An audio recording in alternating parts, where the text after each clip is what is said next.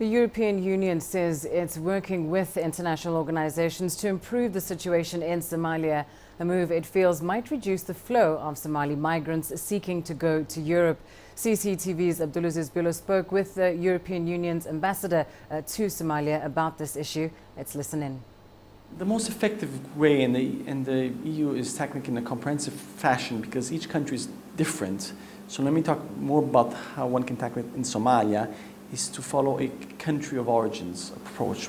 We cannot simply stop these migrants in the Mediterranean. We have to deal with the locations, the countries where they come from. The EU, back in September in a conference we held in Brussels, has pledged €50 million to support the areas where refugees and migrants come from.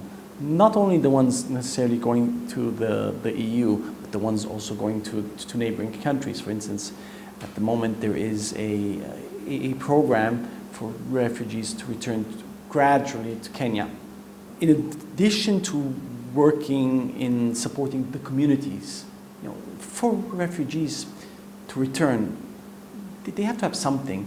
They have to have schools, they have to have hospitals, jobs especially, and hope. Once again, that's also not enough.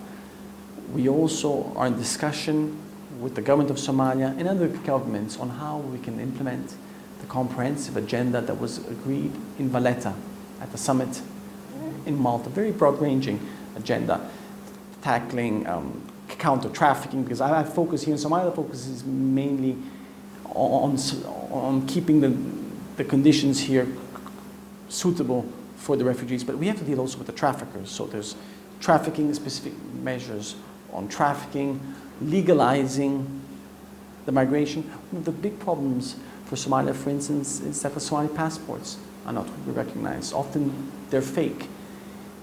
In addition, of course, we have EU Operation Sophia in the Mediterranean, which hasn't served as a barrier, but also played a very important role in rescuing the migrants. So the EU is very engaged. We are trying to deal it in a comprehensive fashion. This morning I had a very fruitful discussion with the Prime Minister on how to implement the Valletta agenda. And in a country like Somalia, which is very fragile, we cannot ask too much. We need to support. We need to really support them.